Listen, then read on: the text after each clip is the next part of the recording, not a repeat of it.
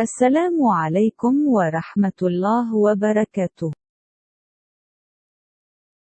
Apakah ada dalil azab kubur dalam Al-Quran? Sesungguhnya kenikmatan dan azab kubur disebutkan dalam Al-Quran di beberapa tempat.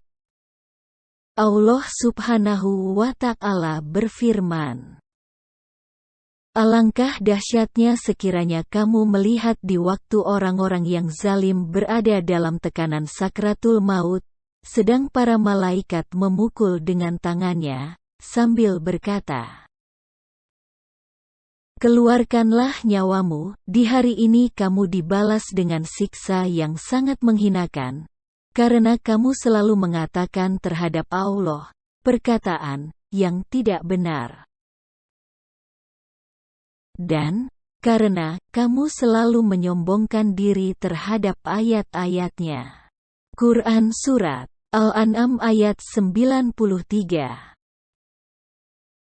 Kalimat ini ditujukan kepada mereka ketika mati.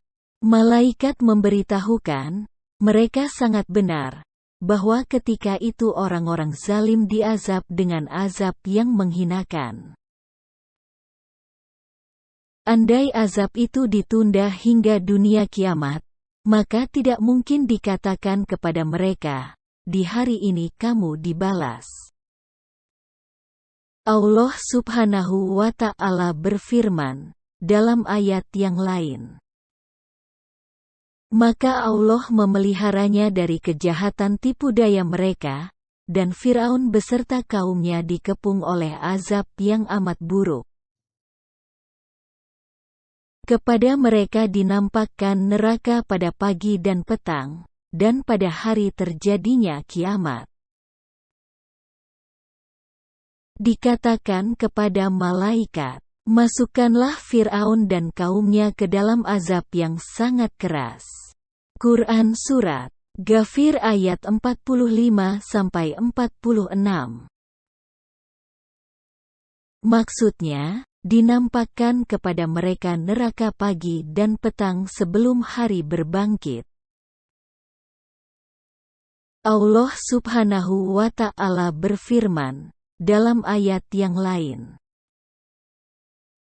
"Maka biarkanlah mereka hingga mereka menemui hari yang dijanjikan kepada mereka yang pada hari itu mereka dibinasakan,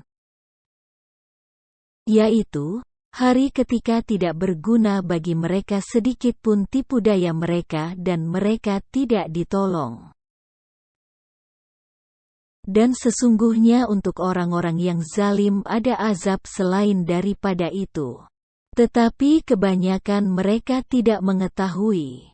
Quran Surat At-Tur ayat 45-47. Yang dimaksud azab yang lain ialah adanya musim kemarau, kelaparan, malapetaka yang menimpa mereka, azab kubur dan lain-lain. Ada kemungkinan bahwa yang dimaksud dengan azab adalah azab bagi mereka dengan azab dalam bentuk pembunuhan di dunia dan azab lainnya, juga azab bagi mereka di alam barzakh. Azab di alam barzakh lebih kuat, karena banyak di antara mereka yang mati tanpa azab di dunia. Pendapat yang kuat, siapa yang mati di antara mereka diazab di alam barzakh, ada di antara mereka yang diazab di dunia dengan azab pembunuhan dan jenis azab lainnya. Ini adalah ancaman azab bagi mereka di dunia dan di alam barzakh. Allah Subhanahu wa Ta'ala berfirman dalam ayat yang lain, "Dan sesungguhnya kami merasakan kepada mereka sebagian azab yang dekat di dunia, sebelum azab yang lebih besar di akhirat. Mudah-mudahan mereka kembali ke jalan yang benar." Quran Surat As-Sajadah ayat 21. Abdullah bin Abbas memahami ayat ini bahwa maksudnya adalah azab kubur, karena Allah Subhanahu wa Ta'ala memberitahukan bahwa bagi mereka dua azab yang dekat di dunia dan yang besar di akhirat. Allah Subhanahu wa Ta'ala memberitahukan bahwa Ia merasakan bagi mereka sebagian dari azab yang dekat di dunia, agar mereka kembali ke jalan yang benar.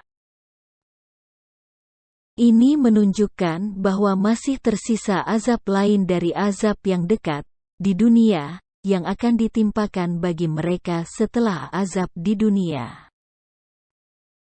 Hadis tentang azab kubur. Dari Abdullah bin Abbas, ia berkata, Rasulullah Shallallahu Alaihi Wasallam melewati dua kubur. Beliau bersabda, kedua penghuni kubur ini diazab, mereka diazab bukan karena dosa besar.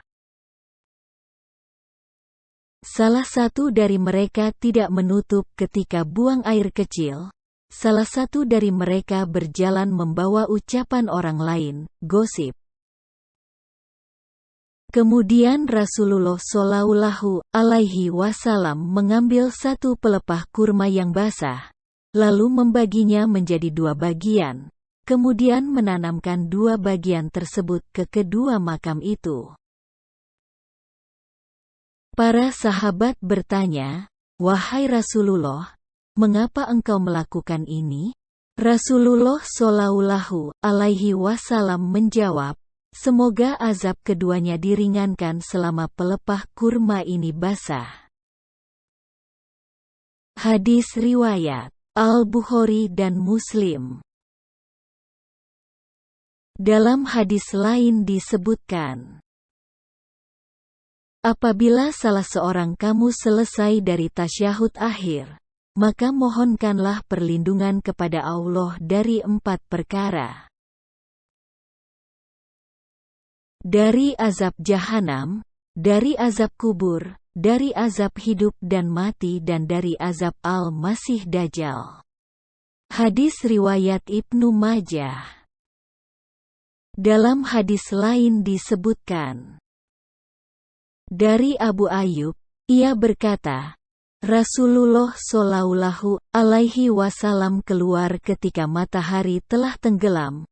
Rasulullah Shallallahu Alaihi Wasallam mendengar suatu suara. Beliau berkata, ada orang Yahudi yang disiksa di kuburnya. Hadis riwayat Imam Al-Bukhari dan Muslim.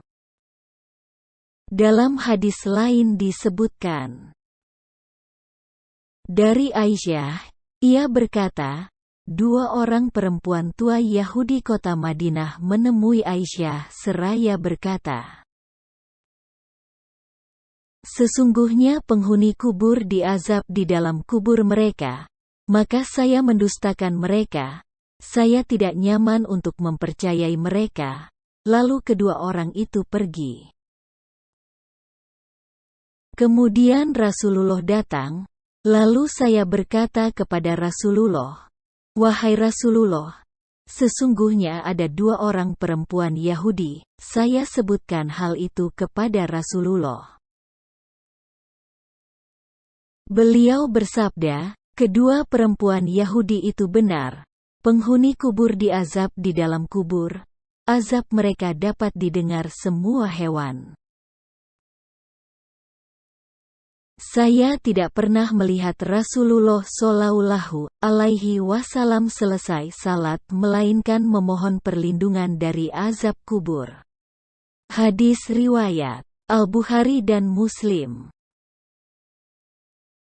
Setelah melihat dalil dari Al-Quran, hadis dan pendapat para ulama di atas, maka tidak ada alasan untuk menolak azab kubur.